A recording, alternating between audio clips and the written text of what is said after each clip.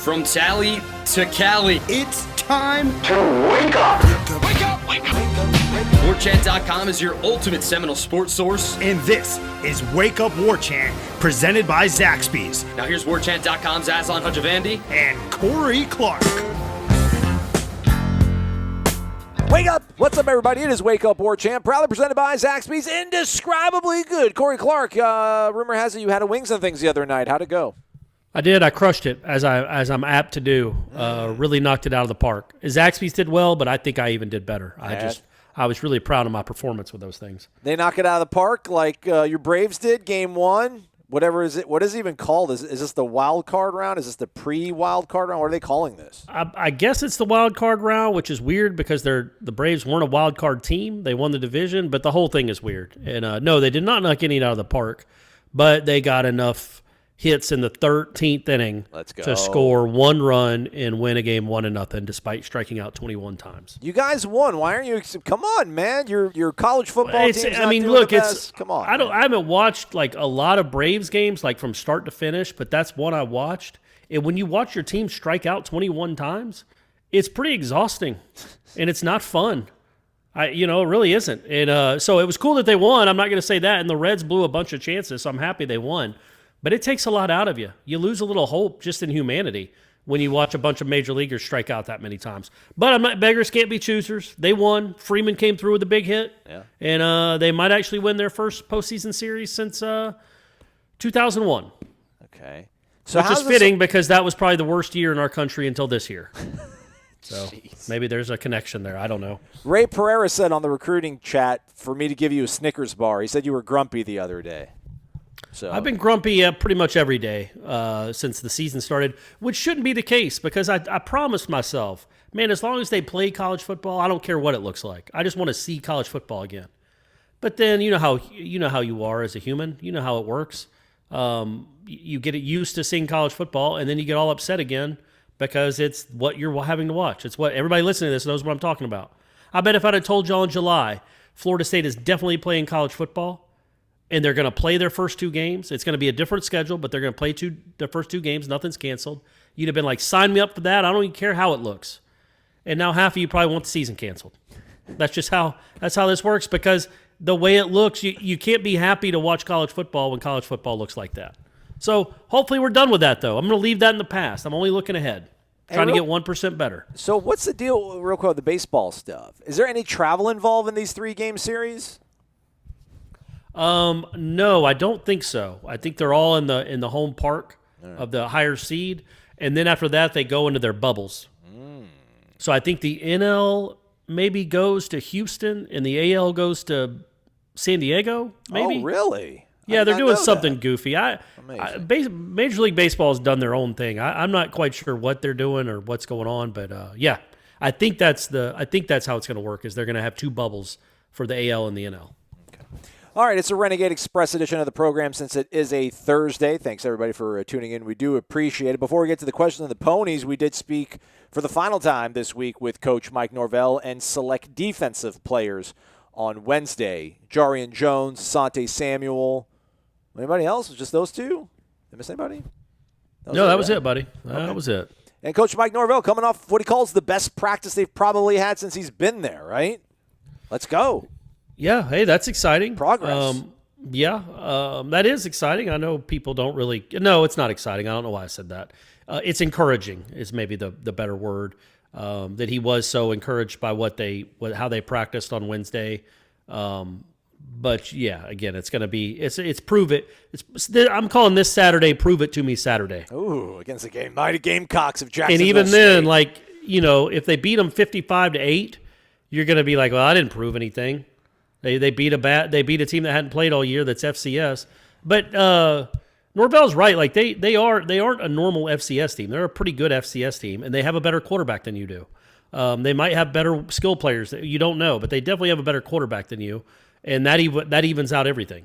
So I don't expect it to be a cakewalk, but you would hope Florida State at least has a comfortable lead by the fourth quarter. But who knows with this program anymore. Now I'm starting to sound like a grump again. I'm getting that out of me. I'm just excited to watch football. I don't care who they're playing. I don't care what it even looks like on Saturday. I'm just excited to watch college football again. I feel like we're going through the crisis management playbook because, like, today it was, Jarian was talking about, yeah, man, it's just, we're playing too. He said he was playing too tight because he's in a new place, and today it was just all about, or Wednesday it was all about, just play football. Let's go out there. Let's just have fun. Let's just go play football. Like, we're at that point in the crisis management playbook of, like, all right, we're just going to tell everybody, just have fun. We're all pressing. We're trying too hard. Just go out there and be who we are, do our thing, play football, and we'll be all right. And it's like, yeah, look, some of the players, it doesn't matter. The advice should be play better or just become a good football player. And a lot of them, a few of them obviously can't. But I thought more than what Jarian Jones said. Because it's hard for these interviews. It's hard for a player to diagnose what's wrong with the team because then he has to say, if he's going to be honest, he might have to say, yeah, well, we're not good enough at certain spots. Have y'all seen our pass rush? Right. He can't say that. So you got to come up with the talking points. Well, I wasn't trying to criticize him. But what I'm saying is, it's obviously stuff we've heard before. But the Asante Samuel stuff I thought was a little bit different, right? Because he talked about got to play with effort.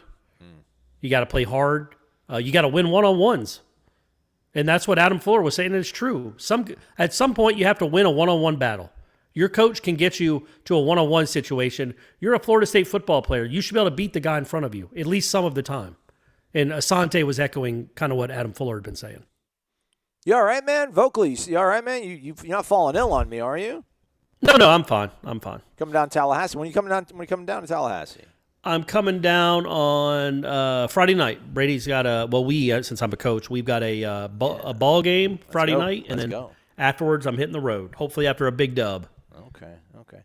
Yeah, that was what Mike Norvell's message was, right? Was reacting to adversity, staying focused, confidence. You got to build these things up. And, yeah, I mean, I don't want to dive too much into the Jacksonville State game or else we won't have anything to talk about on Friday. I do think there'll be something substantial to glean out of what happens between them and the Gamecocks. You got to see something that's going to make you feel growth. That was the word that Michael Langston kept using in the recruiting chat when talking about what these recruits need to see so they do hang on with this staff and hang tight is that, hey, man, just got to see growth. So, you got a team that hasn't played at all. You've got 2 games under your belt. Michael, I was going to call him Michael Norvell almost again. That's weird. His name is Mike Norvell. I bet his first name's really Michael, though, if you want to start calling him Michael. You should address him as Michael. Hey, Michael. What's going on? I mean, that's his name. There's no way his birth certificate says Mike. Yeah. So he's a Michael. So address him as Michael the next time we do a Zoom. Well, it's like, what was his name? Brett Brown for the Sixers. He's like, man, Jimmy Butler's a man. He played like James Butler tonight. He played like James Butler. And Jimmy's like, man, my name is just Jimmy, though. It's not. I think Willie. I don't think Willie's name is William. I think his name is just really like Willie. But I don't know. Anywho. And Jimbo's name's not Jimbo. These guys will never go by their real name. Or Willie. I guess Willie did go by his real first name. All right. Jimbo. What an imposter. By the way, we're going to have a roundtable up on warchant.com where we're probably going to drag Jimbo Fisher. So if you're into that kind of stuff, if that's your kink, check out warchant.com, your ultimate Seminole sports source. All of us talking about how we got here over the last 5-6 years. It's been a steep and steady decline. Precipitous decline. So, yeah, we'll go more into the Jacksonville State game on Friday. We'll also do our over-unders. I'm also going to effort to try to get those T-shirts to our winners sent out later today. But anyhow, with that said, let's hop on some ponies. Virtually, of course. First question comes from Big Steve-O22. What's up, fellas? First off, wanted to thank you guys again for reading my request for thoughts and prayers for my son on the show, who was undergoing his second open heart surgery. I know this is a platform for FSU sports, but the fact that you guys read my request on the show definitely means a lot to us. He is doing very well, actually got released from the hospital ahead of schedule, unfortunately in time to watch the debacle versus Miami at home. Look. You got to strengthen the heart. You got to strengthen it up. That's true. It's a good test right away. Yeah, nothing's going to face him. My question, gentlemen, would a blowout win by us against JSU change your opinion on this team? If we blow them out, it would be something we have not done in recent memory. Also, I do love Norvell acknowledging the sense of urgency around the program. Most coaches would not admit that, so at least he knows. Again, thank you guys for all you do. Go Noles, #AslanCorey2020. There you go. How about that debate no. the other night, by the way, huh? Yeah. Oh, boy. Yeah. Thankfully, I didn't watch a second of it. The Paper was on. I don't know if you've ever seen that. It was a movie in the 90s about a New York newspaper with Michael Keaton and Robert Duvall and Glenn Close. Sounds like Marissa a winner. Tomei. Ron Howard directed it. It's really good. Okay. It's a long lost time, though, where newspapers actually mattered and had a bunch of people working there. So I watched The Paper, and then I watched an 11-2 baseball game. There was no chance I was watching that thing. As far as the blowout, I hate to couch it, but it probably depends on what it looks like. But I'm going to have to say, can I dismiss a blowout when we haven't seen one in 4 years? Well, they blew out Alabama State last year, 49-13, right? Did they? Yeah, it was 49-13, 47-13. I pulled it up on the show the other day. I'll try to find it. In Alabama State, but Alabama State wasn't any good, right? Yeah, but I mean, this is Jacksonville I'm saying State this is a good game, this is a good program. This is a program with guys that are used to at least being pretty darn good, and they have some guys that could certainly play at Florida State. So I guess so. 49-12. I apologize. Sorry, Corey. 49-12. I legitimately don't remember anything from that game. Neither do I. I didn't even remember that they played Alabama State. Ask me something from 95, I can tell you the score and the down and distance on a touchdown. But 2019, nope, it's erased like it didn't even happen, which I guess is good. So I don't know, man. What do you think? Like I don't think it would change my perception, but it would enhance maybe my perception. Like it would be like, okay, that's a good sign. That's a positive sign. There's no way I'm flipping or doing a 180 on this team and thinking they're going to be something because they blow out Jacksonville State. But I think it would be a nice sign if they could rebound from that disaster in South Florida and come out. Because if they play hard and play well and play smart, then yes, they should beat this team by 28 or 30 points. So if they do beat this team by 30 points or so, then that's a good sign that they didn't just let themselves wallow in their own misery. So, but no, it won't change what I think of this team. That would, if they win in South Bend, that would be the tipping point for me. The thing is that what if they win 52-17, but the game is 24-17 at half? And it's like Jacksonville State had a real good first half of offense. Like they moved the ball down the field 3 times, didn't have to punt the ball, but then the second half, Florida State with their depth and their game reps kind of wears them down. So it's tough. We will have to see it. I don't want to discount what they're going to do. I mean, if the quarterbacks, if Tate goes out there and is 16 of 20 with 3 tutties, and I need to stop saying tutties, by the way. All these young kids getting in my head. You do. What is that about? I don't know, man. These guys I used to work with in Alabama would always be like, oh, man, I got like this kid. We had to pick like a player of the week. Like, oh, man, the kid from Geneva County had 4 tutties. I'm like, tutties? Oh, man. Yeah, these. What do you call are they tackies for tackles? And yeah, right. Fieldies? Figs? What would you call figs for? Figgies. Yeah, Figgies. figgies for field goals. He He kicked everything out of the end zone and had 4 figgies, one from 48. He's our specialist of the week. Okay. Oh man, but I do think. I mean, like just the fact they haven't played a game. I mean, they've had 8 weeks to prepare for Florida State. Hey, so buddy, Georgia Tech hadn't played a game either. Right, but the fact that Florida State's had 2 games, Jacksonville State has not played 1 single game. I think that really does give them a sort of like a physicality advantage, and they already probably had that over Jacksonville State regardless. So, but yeah, I mean, if they go out there and hang 40-something points, have 6 touchdown drives that look nice and crisp and clean, and most of them are commandeered by one of these freshman quarterbacks. Yeah, I definitely think it's a good sign. And I think more than anything defensively, though. I think more than anything defensively. Like defensively, do not let this team move the ball on you. I mean, you can 10 points or less. Anything more than 10 points, I think I'll be disappointed with the defense. Just because, to the point of the physicality of this game and the sport, and you have more athletes on your defense than they probably have, on their offense. So. The defense for me, I think, is what I want to see. Like a dominating performance would give me the most sort of lift, but that's me. Yeah, I know I'm Mr. Cynical these days. I just have a hard time seeing like some crazy blowout. I just don't see that happening. This team doesn't know how to do that. So I guess in that sense, it would be encouraging if they figured out a way to do that against a team with some players, unlike Alabama State. That would be encouraging. I'm not expecting it. But if it does happen, like you said, I think a lot of it depends on how it looks. Like, yeah, if you give up 20 points and 260 yards in the first half and then wear them down in the second half, you're not going to take much from that defensively. Conversely, if James Blackman is the guy leading a lot of the drives, I don't know that anybody's going to care. They're just not going to care because they're not going to trust him the next week in South Bend. So I think what you get out of it is how the defense looks and what the quarterback situation is. Like, do you roll with Tate the rest of the way if Tate looks like James Blackman 2017? No. I play Chubba whenever Chubba's ready to play. Okay. I mean, Tate can play some too, but no, I'm playing Chubba. That's my dog. He came all the way from Arizona. He survived a glass table fall and some other stuff. He's here for the duration. Play that guy. And he spurned Louisville. He spurned Satterfield. He spurned one of your division rivals. Literally one of your rivals now for Clemson ain't a rival right now. They're in a whole different, they're at the adult table. At the kids table right now, you're fighting for the last turkey leg with Louisville. So good on Chubba to spurn Louisville. That's going to help you get that last turkey leg. This next question is 444 words. We'll read the first 80 of them. Wake up, gentlemen. You can't read a 440-word question. I was about to say that's a lot of words, right? That's a lot of. Yes, that's an article. That's a newspaper article. Yeah. Find the bullet points. Drummer Knoll 1210. I know it's been overstated, but while we've experienced Blackman's career for 4 years now, Coach Norvell and company have only had him for 2 games.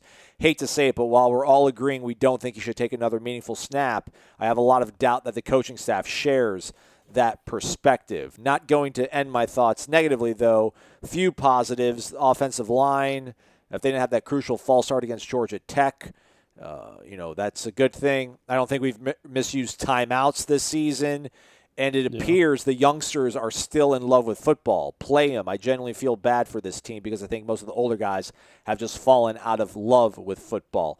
I hope I'm wrong, but even if we're trying to win now, I think the young guys give us that best chance. I guess I don't have a question other than how can you undo a deal with the devil, which was clearly made by somebody for the 2013 season. Thanks for all you do. Keep crushing the Zaxby's. Go Knowles. Oh, that wasn't that bad. Was that really 440 words? No, I picked the. Four graphs. Yeah, I was going to say that didn't seem like it at all. That's not a bad point that they might have fallen out of love with football, and it's hard to blame them. There's not been a lot to love. Football's hard, man. Practice is hard, and when you're getting your teeth kicked in by some schools that recruited you, and you said no, I'm going to go to Florida State because I think I can win there. That's hard to deal with. So I get why the mindset might be the way it is, but you got to grow up and snap out of it and understand that you still have 9 games left. You still have a season to go. And this might, for a lot of these seniors, it's the last time they'll get to play competitive football. So you'd hope they'd, dial in and play hard and play hard, and practice hard and watch film hard, everything else you got to do hard. I don't know that they share the Blackman thing either. But I think they're getting close. I think they're getting. Maybe he starts against Jacksonville State. He probably will, I would imagine. But the leash is very, very short. There's not a lot of leeway for him, and if he struggles early, that needs to be a wrap.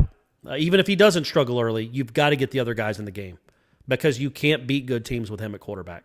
So, and I think they know that now. I don't know what they think could change after 6 weeks of preseason practice, 8 weeks really, in 2 games, that all of a sudden something's going to click with them.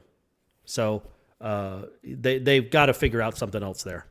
Do you think they're smart, right? They're not dumb. They're smart guys, or they wouldn't be coaching at Florida State. They wouldn't have won all those games at Memphis. Dillingham wouldn't have been hired at Auburn. Like these guys know what they're doing. They have to see what we see. They have to. Well, a guy that made $1 million to be a coordinator decided to start a guy who couldn't throw the ball more than 10 yards down the field against a team with an absolutely relentless pass rush last year. So, there's that stuff too. Although maybe it was the other guy. Who knows? Question real quick before we go to the next question. Like, do you think is there a value or an added bonus of sorts, or just to help Tate grow if he actually gets the start? I mean, I think we can agree he's probably going to play quite extensively against Jacksonville State if his health holds up. I mean, is there any reason to think that maybe it's worth giving him a start? Because if you are losing somewhat faith in James Blackman, then you need to get one of these guys ramped up and ready for week 6, 7, 8, and 9. So, like, give them the start. Maybe is there like an added pressure, or you get a better sense of who they can be as a quarterback if they actually start the football game? I don't know. That's fine. I don't think so, especially in a game against Jacksonville State in front of 9,000 fans. I don't know that that's going to tell us a whole lot about how they handle that kind of pressure. I think it'll be the first time they play a real good defense, and how they handle that. Well, like if James Blackman starts, then it's like he's still their guy to a certain extent. I mean, not that he's going to have a short leash no matter what, but if he goes out there and plays the way he should against Jacksonville State, then that kind of, Man, I don't know though. Will he? Like, what do you mean he should play? Like, I don't know how James Blackman should play against anyone anymore. Legitimately. I mean, I guess if he throws 3 or 4 touchdowns and looks calm in the pocket, that would be a nice sign. It'd be something to maybe build off of, where maybe he is somebody that can play later in the year or can play certain situations. Because right now it's literally, other than the scripted first drive, it is utterly pointless. So well, if you didn't feel good about starting the other guys against Miami or putting them in earlier, then are you going to feel better about putting them in against Notre Dame? Yes. No. Well, maybe it depends on. They'll now have, like, Rodemaker will have 2 games under his belt. Chuba might have a game under his belt. Jordan Travis might have thrown a forward pass out of the actual quarterback position, and yes, you would feel better than just none of these guys having really any experience throwing him in there against Miami. Now they get Jacksonville State. They get another week or 2 weeks of practice before Notre Dame. So, yes, I do think you'd feel better. I just look, Chuba's barely practiced. He didn't practice for 4 weeks or 5 weeks or whatever it was. Yeah. Jordan Travis was out for a lot of fall. They're still trying to play catch up. So, now, guys, listen to me. Catch up. Double practice twice. Do 2 a days just with the quarterbacks. But they need to be ready to play come Notre Dame, and especially come the week after Notre Dame. What a horrible schedule. Yeah, it didn't work out. Well, I think it was an all right schedule if your quarterbacks didn't get hurt. Yeah, I suppose. That was just a bummer. You got the 2 guys that were competing for the dude that really shouldn't be playing, both got hurt. And then you got a week off where they don't you can't really get any better from Georgia Tech to Miami, and then Jacksonville State comes after Miami, and then you got Notre Dame. Well, you got a week off, and that's the thing. Like, even if you do play well and you get your they go. They have a week off between Notre Dame or no? No, I don't think so. I think the other week off's near the end of the it's season. later on. My fault. All right, I'll stop Get it talking. together, Let me read a question. Pistol Mike joined May 15th this year. This is only his 5th ever post. Okay, all right. All caps, 3 question marks. Wake up! That's one post a month, there just about. Very judicious with his opinion. Good job, Pistol Mike. His avatar is Peter Warwick making that fantastic catch in the Sugar Bowl. So, which Keyshawn Helton will be doing in 2 years. So just everybody stay patient. First foremost, all the prayers to Big Steve-O 22 and his son. He's been a rock star and one tough hombre during all this. Keep it up, little man. Since it is my first time posting, I'm going to follow the rules. I'm from Rockledge, Florida, born and raised, home of Scott Thompson, also known to all you as Carrot Top. PGA golfer Troy Mattson, NFL's Mel Mitchell, who absolutely torched me during our RHS, that's Rockledge High School spring practice of 1997. FSU baseball's Drew Parrish, and the one and only Jay Sean Corbin. Okay, Good. All right. Look at that. Look at Rockledge. Look at you guys. Yeah, that's a good roster for Rockledge. Solid. Considering the super conference you helped design, Corey, do you kick out Florida State for the time being, knowing you kicked the likes of Oregon State, Purdue, and Wake Forest? Or do you hold hope they recover under the watchful eye of Mike Norvell? I'm a diehard fan and alumni, so I'll always take what we have, but just want to stir the pot for some conversation. Love you guys, and I'm happy to throw my money at Warchant any day. Look, Florida, we appreciate that. Thank you very much. And Florida State is at the table with Oregon and Oregon State, Purdue. Throw anybody out there. They're really bottom feeders right now at this junction of the program's history, but still, it has been the winningest program since 1980. So, yes, they're not getting relegated. They would have to look like this for, 25 years? Whoa. And then you get relegated. Like, Miami's in it. Miami hasn't done jack squat in almost 2 decades. Notre Dame hasn't won a championship since '88. Georgia hasn't won one in 40 years. Now, obviously, these programs are better than Florida State right now. Well, they've competed for national. I mean, Notre Dame's played. They all went through dark times. They all went through dark times. You know what I mean? They all did. Everybody has. Alabama went through 4 coaches in like 3 years. 3 Mikes, I think. Yeah, one of them didn't even get to coach a game, right? Yeah. Well. He was a dirty bird, that guy, huh? Come on, Mike Price. Let's go. Is he still with us? Man, I think you're like speaking a little bit. I don't know. I should look that up. Man, what if he'd have been how different is college football if Mike Price had been pretty good at Alabama? Right. You know what I mean? Like Nick Saban never comes. What happens there? But Mike Price is still with us. Coach is still with us. Okay, good. All right, that's good. I wonder what he does like for entertainment. What he does for fun. What do you think his hobbies are? Dance? Sorry. Probably. So, no, Florida State's not getting relegated. It was just 6 years ago they had a 29-game winning streak and were in the playoff, and 7 years ago since they won a title. So Purdue's never done anything of note ever, right. And Oregon State hasn't either. So they don't belong. Florida State's not in that class, and it would take a long while for them to be in that class. Was there a question about us being that? Oh, because I'm sorry, your conference that you made up of everybody. Okay. Sabaxley 1212. I'm getting better, I promise everybody. Corey Aslan, wake up. When I was growing up with my father, when I was growing up, my father was an Auburn fan, and the first game I attended was 1989. We watched my Noles beat my dad's Tigers. As my dad and I got in the car, I started to rag him about how FSU had now beat Auburn 3 times in a row. His last words that night, so we got back to Dothan, was my dad saying, "Do you want to walk home?" Good times. I was at that game too, by the way, with my dad. Yep. Look at that. Maybe you guys sat next to each other and even realize it. We could have. I know it came down to I think Florida State won by 8. I would say 22-14 is what I want to say, but that might not be right. But I feel like they won by 8. They stopped Auburn on the final drive to win the game. Amplie started in place of Dexter Carter, who was injured. Amplie was a freshman and ran for a good number of yards, maybe over 100, but then had a costly fumble that gave out Auburn the ball back with a chance to win. But they did not. Again, I can remember every single detail almost of that game, but did not know Florida State played Alabama State last year. Sabaxley 1212 continues. After seeing really good football teams in the 80s, the 90s, 2013, 2014, we know what talented players look like. Yep. How could we have all been so wrong about how good our defense was going to be this year? Is it possible that the players are talented and just not playing to potential for one reason or another, or were we all just plain wrong about how talented our defense is? Man, that's a good question. I think for me, defensively, just so much of it I defer to people that know more about the sport than I do. So you hear about how good Marvin Wilson is. You hear about, the way people have talked about Corey Durham, the way they've talked about Robert Cooper. These defensive backs were, they were recruited really, had really good rankings next to their name. I mean, I remember talking about Mississippi State guys, talking about Jarian Jones and Fabian Lovett. They're going to play a lot. Fabian Lovett started 13 games in the SEC West last season. So, you kind of piece those things together. But in terms of like production, no. I mean, I think about, we talked about the 2005 defense the other day. For as much as that team struggled, that defense was still really good. Guys like Bunkley and Cam Wembley and Everett Dawkins were still producing. I mean, God love him. Look at his stats on Pro Football Focus. Marvin played 2 seasons over 500 snaps. It was graded out over 90. But like teams could still run on Florida State. We've never really seen anything to say that this defense was going to be dominant. I mean, it was all wishful thinking and star rankings and preseason predictions and awards given out to people because this defense has allowed teams to run on them and throw all over them the last 4 years.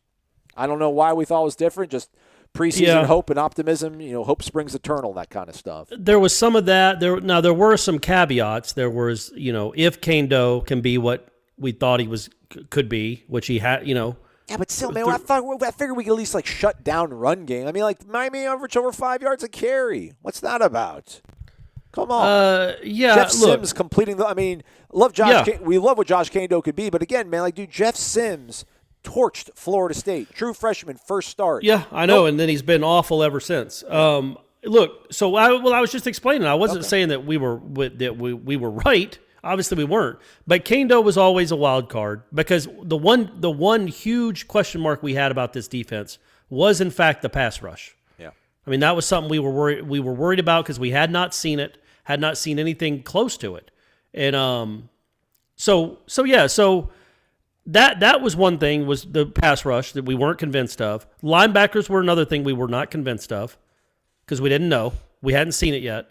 And then, Durden wasn't healthy and Nasruddin's not playing.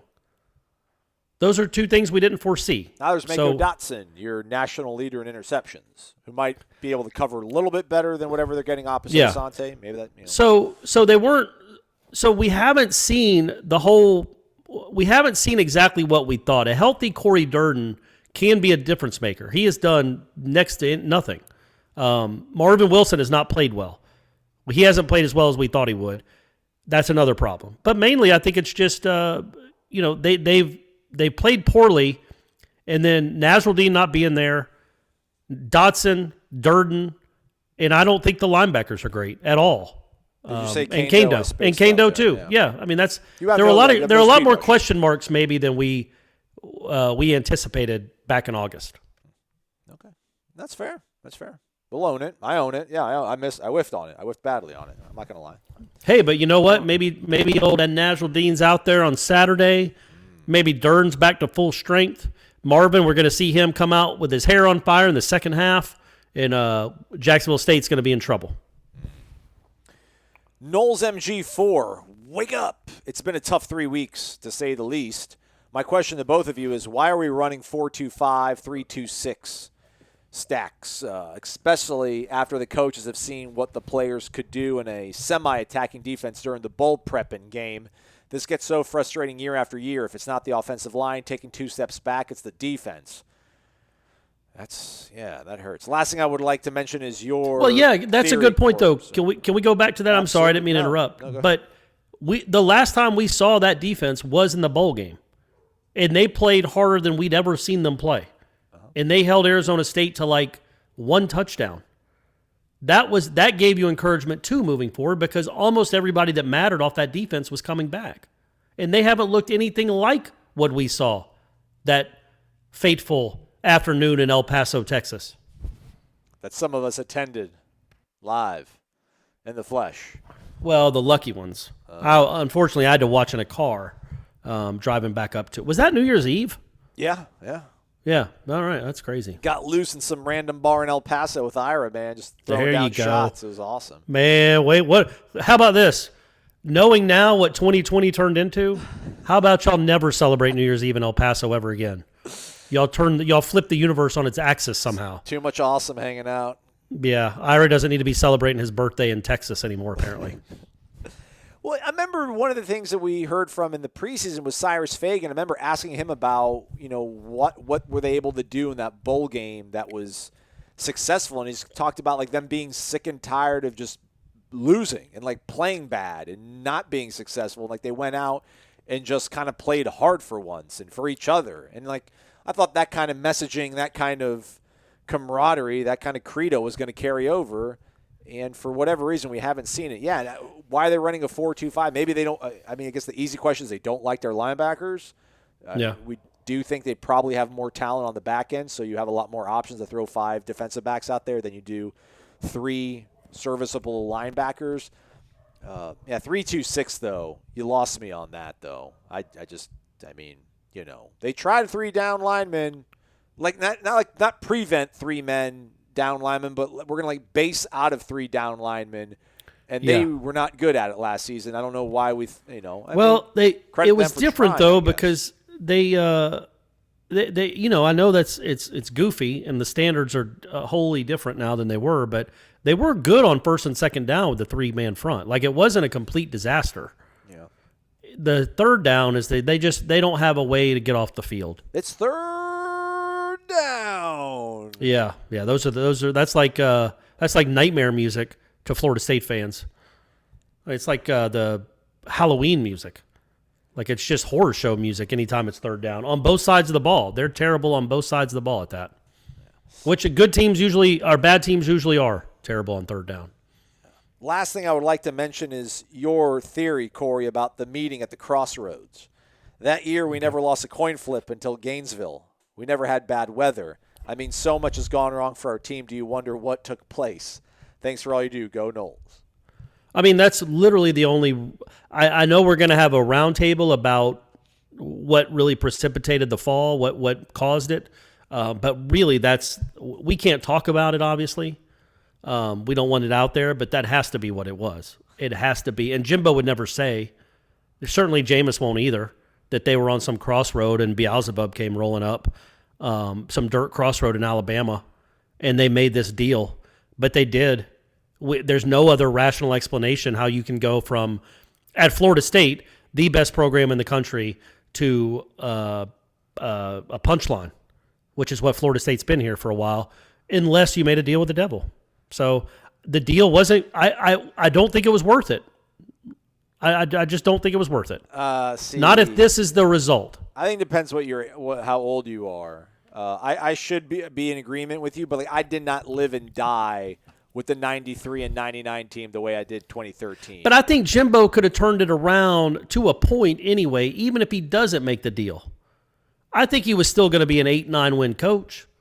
Yeah. And eventually you turn that into an Orange Bowl. And eventually maybe you get a couple bounces and you get yourself in a national title game and win it. But you would have been relevant. You wouldn't have fallen off a cliff into a lava pit if you hadn't have made this deal. And I don't know why the devil couldn't have let it last a little longer. In fact, even during the 13 and 14 seasons, it wasn't all roses. All the off-the-field stuff should have negated the deal. Yeah. Like, we had to deal with that for 18 months. BB gun fights and all the Jameis press and all that stuff. So I feel like that. And ketchup cups. Yeah, all that stuff. I feel like that should have negated the deal with the devil, and we should all be square by now. That should have been square 3 years ago. But I don't know. I don't know what they got to do to fix it. I don't know, people, if you have anything that you can sacrifice. Preferably not a human. We're not about that. No. But anything else, probably not an animal either. Maybe a chicken. I guess you could sacrifice like they do in Bull Durham. But even then, Major League. Yeah, Major League. That's right. Was it Major League? Well, Serrano that's right. wanted to. Yes. They got the fried chicken instead. That's right. If it was Zaxby's, they would have won it all. All we know is that they won the the wild card game or whatever. So let's figure it out. People, just make your own personal sacrifices to whatever you believe in to get this thing turned around. And it starts Saturday against Jacksonville State. I guess you could technically sacrifice a chicken since they're playing the Gamecocks. And then I guess next week sacrifice I was going to say a leprechaun. Ooh. But probably a 4-leaf clover would make more sense. Or is it a 3-leaf clover? Which one's the rare one? 4, I always thought. But is Notre Dame a 3-leaf clover logo? Or it doesn't matter. This is what people listen to this show for. Next question. Are they even going to play Notre Dame? Let's hope not. I was almost going to ask Norvell that on Wednesday, but I know he wouldn't be able to say anything. Just like, is there any communication between you guys and Notre Dame about next week's game? But I would be like, well, we're just worried about this week, yada, yada, yada. So I didn't ask that. All right. ATX Knoll, wake up. Aslan, LOL. What a question to Norvell. I think he might not have been too happy about it. But all in all, it was a fair question. Has anyone or have any of you heard any inside info on game plan for this coming week? Who's going to start? Will we see an attacking defense? I won't be able to watch live, but the ESPN app is amazing for replays. Keep up the good work. I've loved the last few pods. Corey, bring in that thunder. Hope all the Knoll fam has a great rest of the week, and hopefully we'll see a W. Go Knowles. There you go. That's a nice message. No, they would not tell us. They would not let us leak if there was going to be a quarterback change, I don't think. I'm sure the game plan is to come out and score in like the first 8 plays with an incredible script. And then just after that, kind of just go, just whatever feels good. Just free reign. Do whatever you want, James. But I think I feel like they're going to do well in the first drive. It's the 2nd through 12th drives that I wonder about. Do you think the game plan hopefully is to score a lot, to run a lot, to get a mobile quarterback in there that can run, and also maybe have a few chunk plays? What's their biggest play? Like, what's their biggest chunk play, Aslan? Was it the pass to Cam McDonald? Is that their longest play of the year? I have like the stat broadcast in front of me from both games, but for some reason the Miami one's not pulling up. Georgia Tech, looking at it real quickly, looks like 27-yard pass to Cam McDonald was the longest play in the Georgia Tech game. The Miami game, 24-yard run. So Jordan Travis has a 24-yard run. So is Corbin, apparently. Yeah, Corbin has one. Toafili has a 21-yard run. And then the longest catch is 27 yards. The other one is a 23-yarder by Toafili. And Warren Thompson had 20. So, yeah, the longest play they've had all season. No, I see the longest as being 23-yard pass. Toafili, no, who had a 27-yard. McDonald. No, I'm saying just overall on the season. Okay. The longest play from scrimmage is 27 yards. Come on, man. Yeah. Come on. Out of 153 plays, their longest play is a 27-yarder. Now, yes, your NFL wide receiver dropped what would have been a 70-yarder, but still, this is crazy. This is supposed to be for playmakers. We're supposed to be seeing chunk plays, big plays, huge chunks of yards, and we haven't seen anything yet. So hopefully maybe that should be an over-under, is how many plays above 27 yards do they have this Saturday? They had you better be more than one. They had 8 chunk plays, which classifies as passing plays 15 or more yards, run plays 10 or more yards. So they had 8 against Georgia Tech. Georgia Tech, meanwhile, had 12. Against Miami, they had 10. They had 1 big pass play and then 9 runs. Meanwhile, Miami had 16. So they're allowing 16 chunk plays per game. Probably not good. No, I'm sorry. That's not great.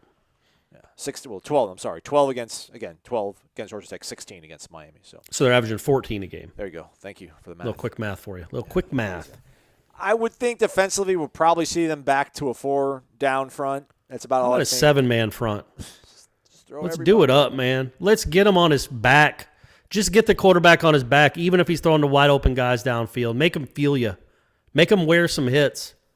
And then let that be a lesson to Ian Book and Trevor Lawrence. That's what's coming. And hell's coming with you. Like that's what it's going to be. It's going to be like Kurt Russell and whatever that movie was, the cowboy movie, Tombstone. Okay. Yeah. Tell Ian Book, I'm coming and hell's coming with me. That's going to be Florida State's message. That's how they're going to treat this Jacksonville State quarterback. Like, rush all 11. And, yes, he's going to lob it up for an easy touchdown, but he is going to get pummeled. The quarterback must go down, and he must go down hard. Sorry. What was that, John Travolta? I was trying to do the late, great Al Davis. Oh, I thought it's so weird. It's so weird in here. I thought you were doing a John Travolta. That's amazing, Corey. Your Travolta's so awesome, dude. That was great. Let's just end the show now. Do we have any more? Oh, God, yeah. All right, let's go. Matt AMCZ. Wake up! Football-wise, I think Terry Dean might be the most famous native of Naples, Florida. Should I move to Fort Myers? Yeah. At least Dion is from there. All right, assuming youth movement starts somewhat this week, which players do you think will be most impressed with? We know Toafili and Dix are good. A very accurate word, thank you. But looking for your prediction for players that have not seen significant playing time yet. And you know what? And I'm getting mad while typing this. We should be able to beat an FCS team with the younger guys, second and third on our depth chart. I say second and third sarcastically because we've seen enough of the first team to know that they are a bad football team. I trust that Mike Norvell, Coach Mike Norvell, CMN, Charlie Mike November, will do what is necessary this week to get a nice win. And boy, do we need to go, Knowles.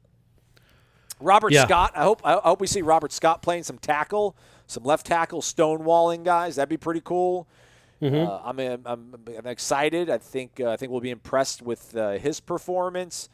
As for like the defense, I don't know, man. I just don't. I mean, where they're really hurting at, like linebacker, which we say Dix. I guess maybe DJ Lundy. I'm not totally 100% sold on. I mean, we haven't seen him at all. Period. Nothing. So, I mean, what are they waiting for with him? And then defensive end, you need somebody to rush the passer. There's nobody really, no one else. Maybe TJ Davis, but again, we haven't seen these guys at all. And they needed all the help they could get those positions. So I don't know who's gonna rescue them there. I'll just say Robert Scott. Yeah, I think I'm going to say Lundy. That's my guy. That's who I'm going to go for is Lundy. It would be really nice if he could step up and join Dix. And again, not so much about this even – you're not going to beat Notre Dame no matter if Marvin Jones comes back. And I'm not talking about like 46-year-old Marvin Jones. I'm talking about 1991 or 92 Marvin Jones. But it would be – you need some building blocks, man. I keep saying that. If they seem to really think highly of Lundy. At least they did in the preseason. And he's played a little bit, but not much. But get him some reps and see what you got with him. See what you got to build with. And then next year, maybe you go into a season with 2 linebackers you feel good about, which hasn't been around I don't know the last time that happened. Was it 2013 that you had 2 linebackers you felt good about? Maybe 12? I don't know, with Moody and like Vince Williams? I was about to say, what was it? Was it Northrup and Terrence Smith? Terrence Smith was a good college linebacker, but yeah, I don't know if Richie Northrup really. No, he wasn't. Elicited a lot of, we got this. Matthew Thomas. Yeah. Triggers, man. He knows how to trigger. He was fast, but it just didn't work out. Yeah. I'm almost trying to think about, I don't know, maybe like Corey Wren returns a kick. That'd be kind of cool. I'd like to see like Jadarius Green McKnight or Demore Tate. Like just send those guys on like cornerback. I would like to see Tate play some. And I want to see Tate's a good one, and I also want to see a little more out of Ja'Kai Douglas. He seemed to have a little bit of a burst. He might be a guy that you can get the ball to in space, and he can do some things. Other than that, yeah, I mean, honestly, the biggest ones are the. It's just hard to watch in the moment and see how well they're playing. But as Aslan said, Robert Scott's a big deal. So is Schrader. Try to find some moments for those guys to play, and hopefully they can play well. All right. Next question, Random John. Good morning, Aslan and Corey. I hope you are both doing quite well, and I really love your show. Oh, thanks, buddy. Thanks, John. Nothing random about that comment. Oh, right from the heart.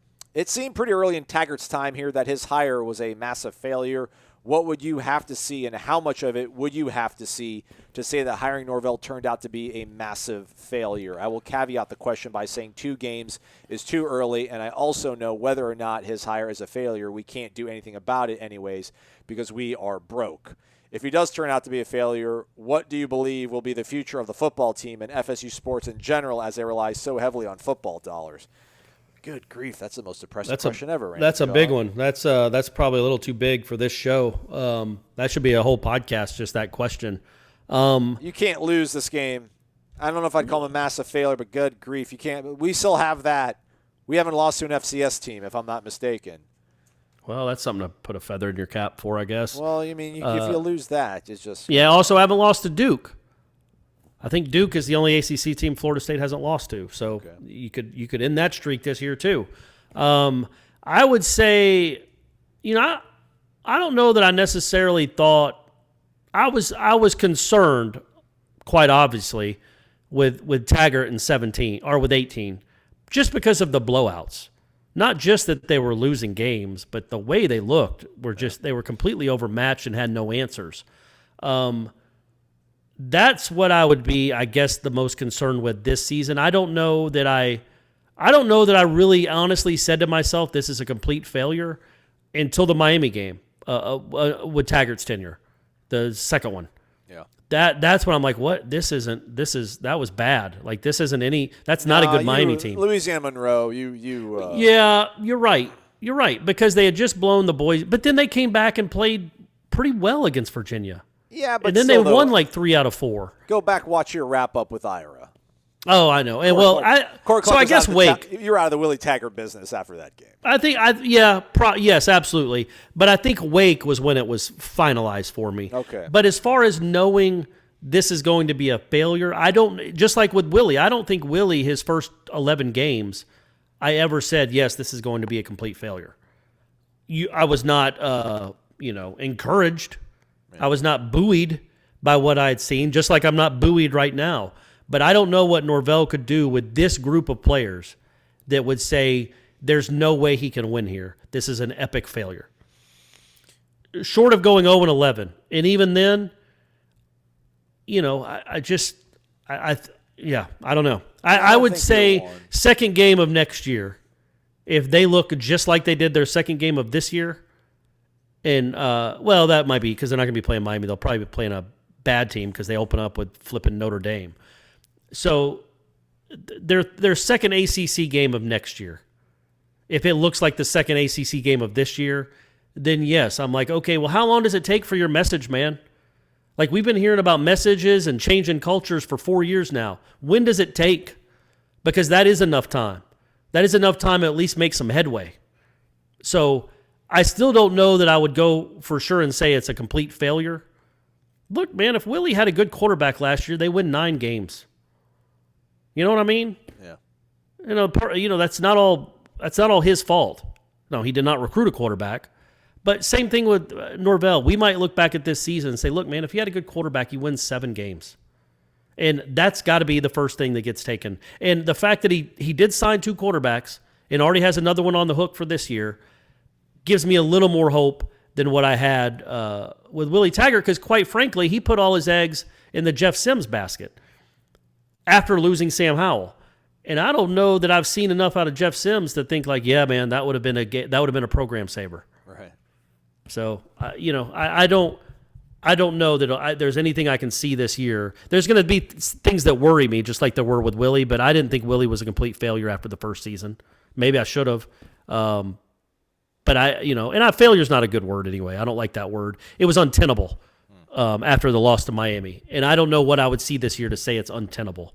But, man, get your message across. These players are going to get cycled off eventually. You're bringing in your own players. So they better believe in the message, and they better play hard. And they better play well. Coach them up.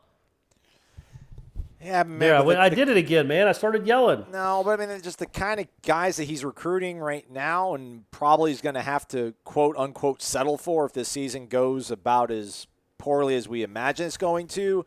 I just don't think those guys are year 1, year 2 ready. I mean, those are developmental guys. But don't you think that they're not ready to win? They won't be ready to win. So if you stack the 2021 class on top of the 2020 class, it's not a lot of probably All-American candidates in that group. Right. But Virginia doesn't have All-American candidates. Neither does Wake or Georgia Tech or any of the other schools that you play besides Clemson and Notre Dame. So don't you think that these guys can be good enough, if they're well coached, can be good enough to beat almost everybody in your schedule but the Clemsons and Floridas and Notre Dames? I don't know. Like Virginia last year had those senior leaders, like at receiver and quarterback with Bryce Perkins, that cornerback they had, although he got injured in that game. I'm not saying they're going to go to – yeah, I'm not going to say that they're going to the Orange Bowl. I'm saying but that you can take a step in the right direction even if you don't have a top 5 recruiting class. You can build towards 2022 with a good class in 2021. If you got a good quarterback, if Chubba Purdy's a good quarterback, if he's a that helps a ton. Quarterback, that changes everything. That's why I said because I still don't know about Tate, and I'm not judging off the Miami game. I just think, I don't know, man. There's just you need a little something, whatever it is. Talking to Chubba's coach, seeing the way Chubba talks, seeing the way Chubba plays. I feel like he has a little bit of that sort of almost obnoxious cockiness of a young kid that probably this program needs right now, man. They need somebody that probably has some irrational confidence and thinks he can go out there and beat the world. So, it all changed. And that's what this whole – the thing is, Norvell hasn't fired all the bullets in his gun yet. Like, he still has, like, maybe Rodemaker can be something. Maybe Chubba can be something. Like, Willie had no more bullets left in the gun.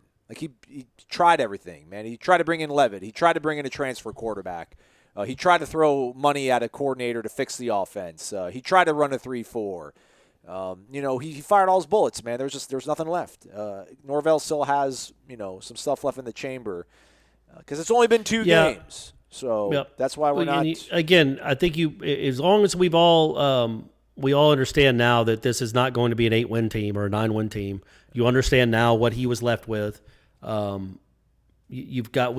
If he can get to 4 or 5 wins and they look good in November, they actually look like a decent team in November, moving into next year. I think you'll feel better than obviously you did at the end of the last 2 seasons. Yeah. I was going to say something poignant, and I totally spaced. Oh, man, I'm sorry. I stepped on you. It happens once a year, and I just lost it. And I blew it. Just lost it. Joe Clark, 17. So imagine this hypothetical scenario. Also, the question, I think Florida State will always find a way to get money to fix the football program. I just do. Yes. I don't. Yep.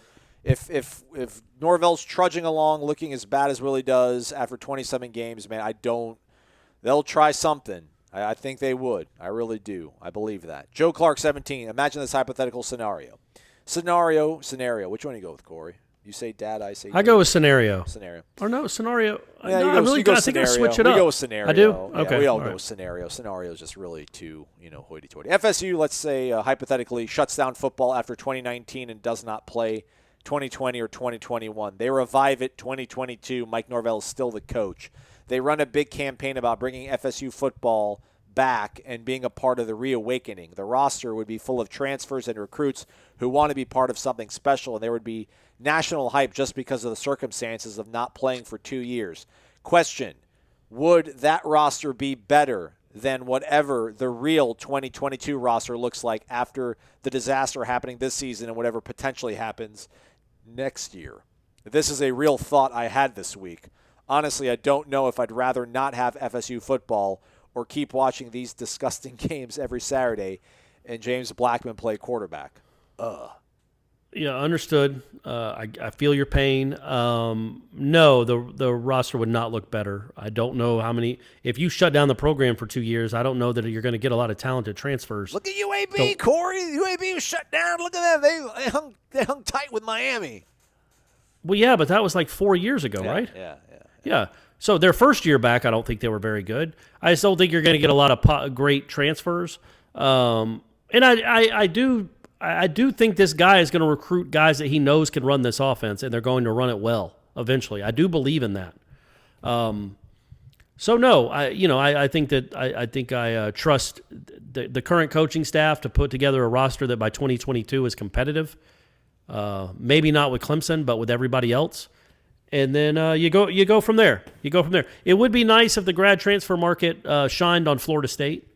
So far, they've gotten Hornswoggle, Golson, both guys who quit on the team before the bowl game. That's the risk you run with grad transfer quarterbacks, especially ones that can't play.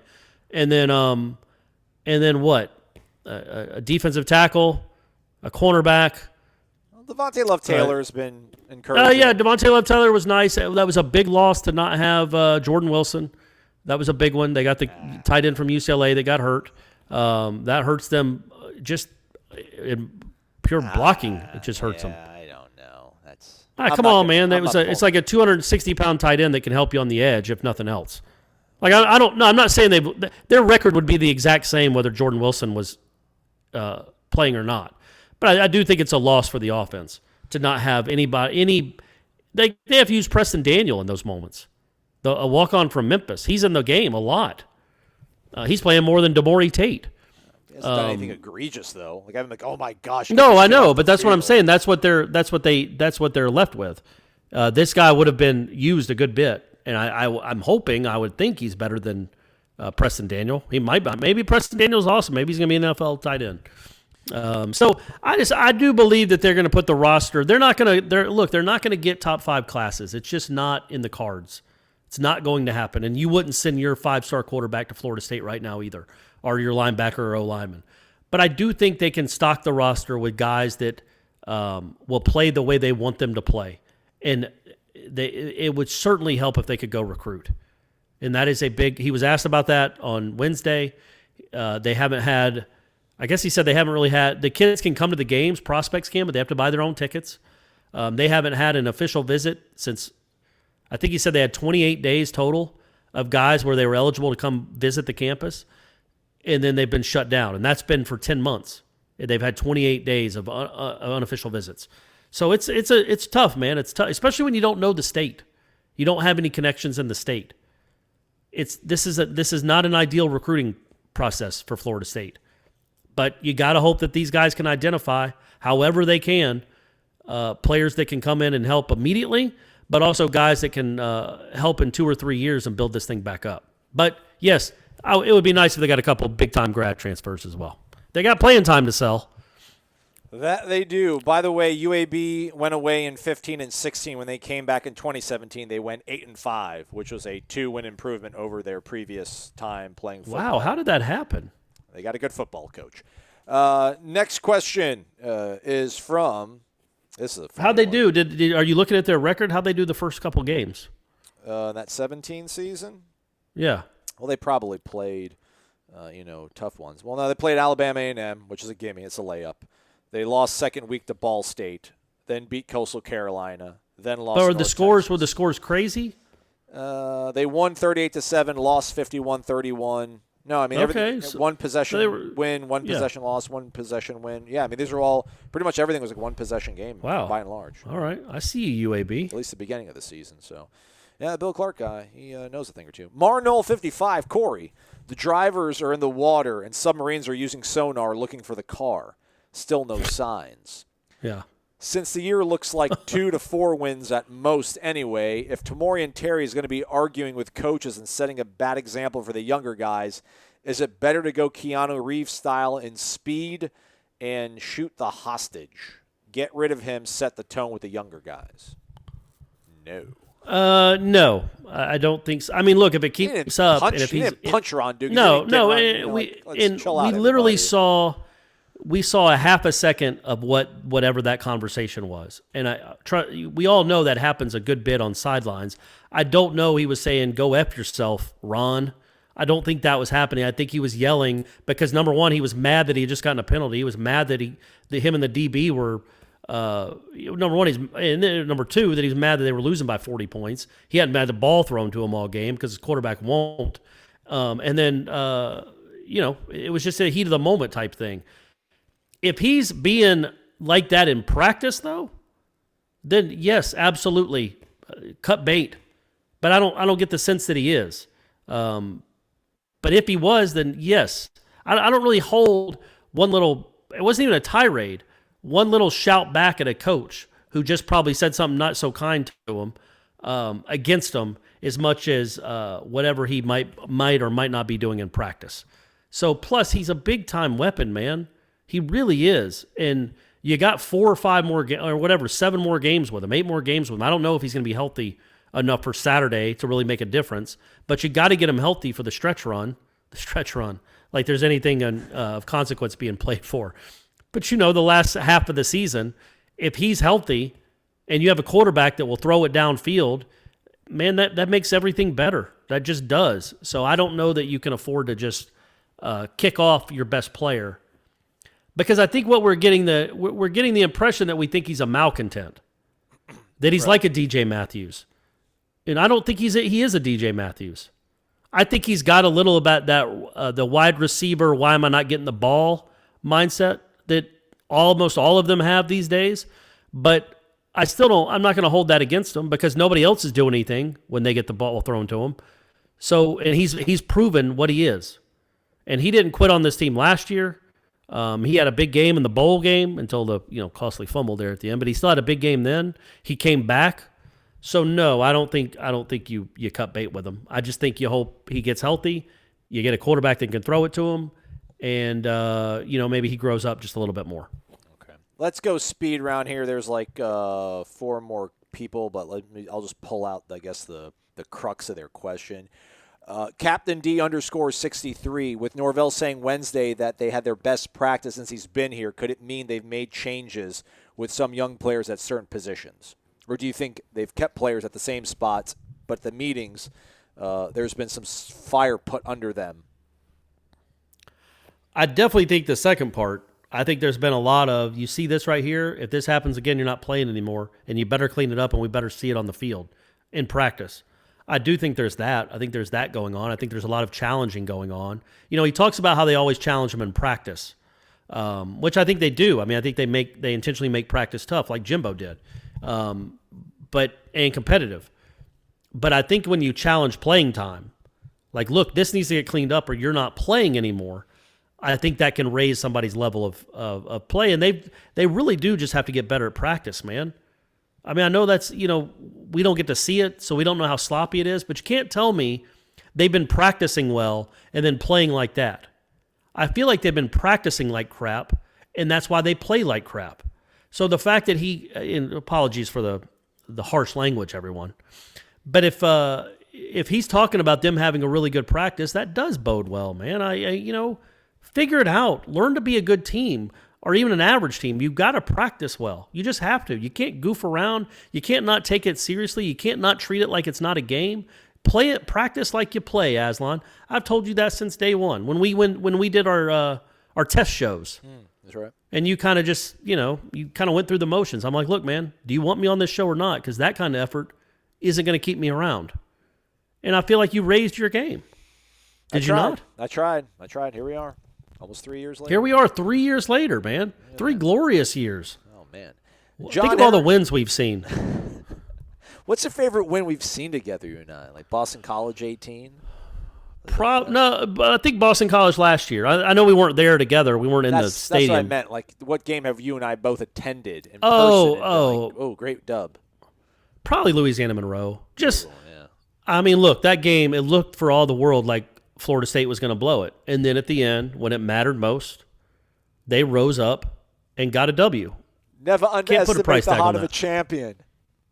Right? Are you doing Travolta again? I was Rudy T, man. I was Rudy T. Jeez Louise. John Henry Jones Jr., we are in a comprehensive rebuild effort. How many people forgot how Clemson did this? It takes years of solid 3-star recruiting to build back up, and they still Clemsoned even after that. Don't forget the way they lost to West Virginia in the bowl game, 70-33.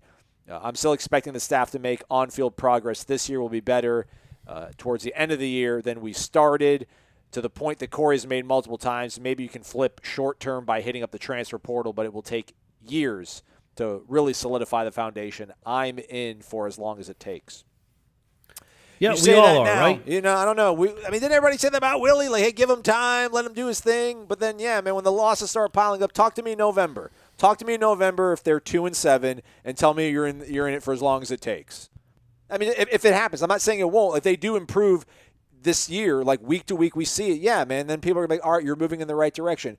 But no, man, if they're still slogging around at the end of this season, are you really going to be like, all right, man, like we'll give them 2 more years to figure this thing out? I don't think anybody will. I really don't think so. You think about, like, you just hope, like, when was the last time Florida State outcoached someone? Like, when does that happen, man? 16 against Clemson, man. They were, for a bit, they had them on the ropes, man. And I know 17 they made that close until the bad pick by Blackman, but that was kind of weirdly smoke and mirrors. Yeah. I don't think like they were out. I mean, they were down 17-0 in that game, and then just for like 9 minutes, Clemson melted down. But yeah, probably 16, some point at 16. And that was with, they didn't beat anybody that they had worse players than. Right. But you got to go to like Bowden's first year if you're going to talk about Florida State, like truly. No. 2004 when they beat, or no, maybe Virginia Tech ACC championship game 2005. Yeah, they outcoached. I thought that was really well done by Jeff Bowden. Great game plan. Yeah. Really dialed it up. No, that was Willie Reed, had a really nice game, and the defense played. Mickey did well. But no, what I was going to say is going forward in 2021, Florida State, even if you don't think they're all that talented, which they obviously aren't, and they're losing some guys, they will have as talented a roster as, name them, Virginia, NC State, Louisville, blah, blah, blah, like 7 teams. Well, outcoach somebody. If you have a similar talent, which they will to everyone they play on this schedule, save for the people that we know, every other team they play, they will have similar skill and similar talent, if not more. But still, I know they don't have a ton of talent, but neither does Pitt. Pitt's offense is a train wreck.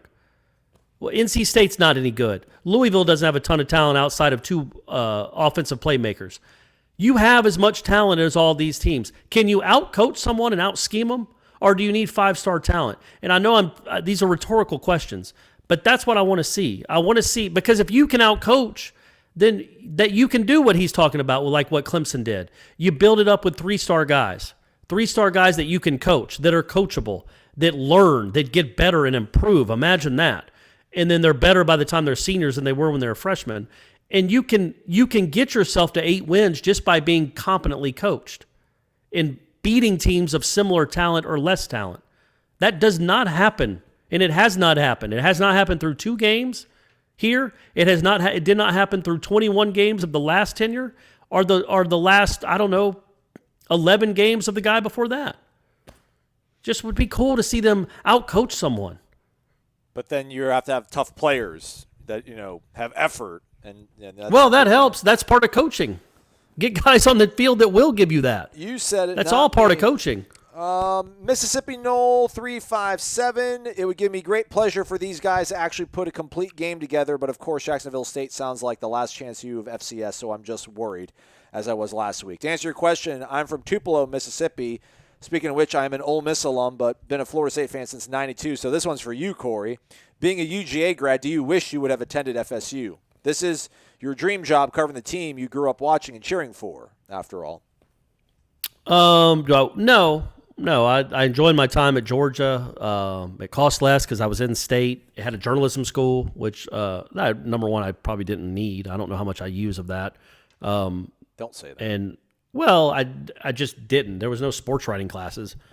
I had to go cover like a city council meeting. That was awesome. Oh, I've done those. I had to do those. Oh, and I remember one guy got up and just lit into him because there were 2 strip clubs in Athens, weirdly. But I guess the city commission had passed this ordinance where you couldn't sell alcohol or something, and they had voted on it in secret. And so this lawyer for the 2 strip clubs, and we just went there like we didn't know what was on the docket. And this guy stands up and he gets his 5 minutes and just lays into him for 5 minutes. And this is like 8:00 at night. And we're all looking at each other, the kids in the class that are in the last 2 rows, like, what in the world is going on? Is he about to pull out a gun? Like, he was so mad. And it was just, him being a lawyer. But that's what I remember from the one and only city commission meeting I ever attended in Athens, Georgia. But no, I like my time at Georgia, but it also, when I was at Georgia, just to give you an example, I was there in Georgia with like Hines Ward and Mike Bobo and Robert Edwards and those guys in '97. I went to 2 games at Sanford Stadium my entire time when I was at University of Georgia. In that same time, those same 3 years, I probably went to 15 Florida State games. That's right. So it still went that way. It still went the way it went. I'm more of a Georgia fan now than I was when I was a college student, weirdly. Well, because... And guess what? They still disappoint you. They still disappoint you in the end, just because they're in the state of Georgia.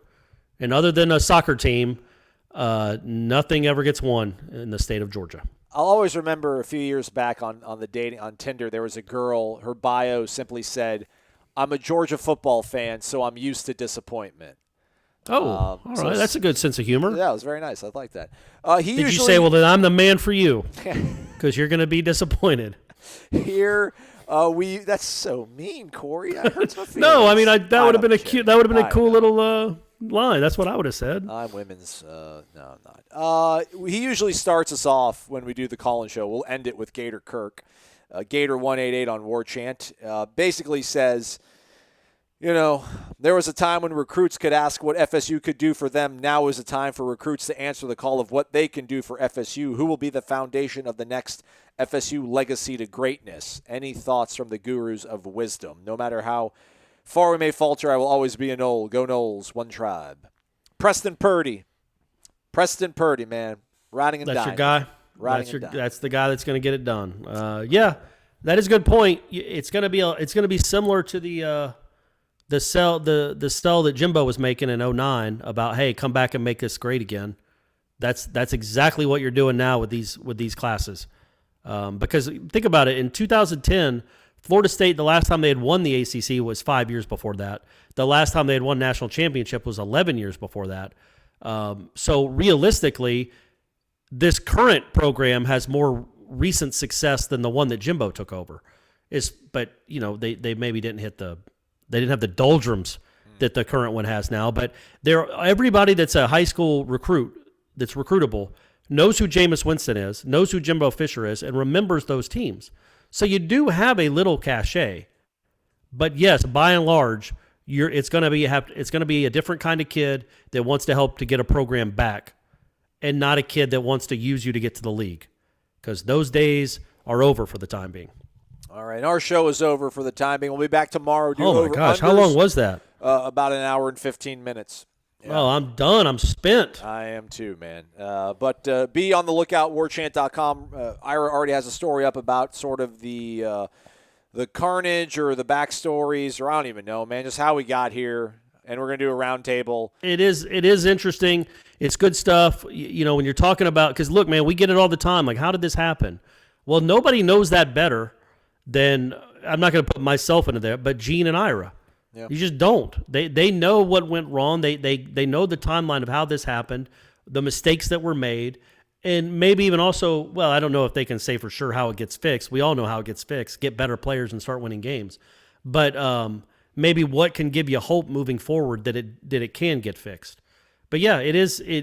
I think every Florida State fan, I think right around the time Jordan Travis threw that pick, was like, what happened? How is this the team that I cheer for? What is going on? How did this happen?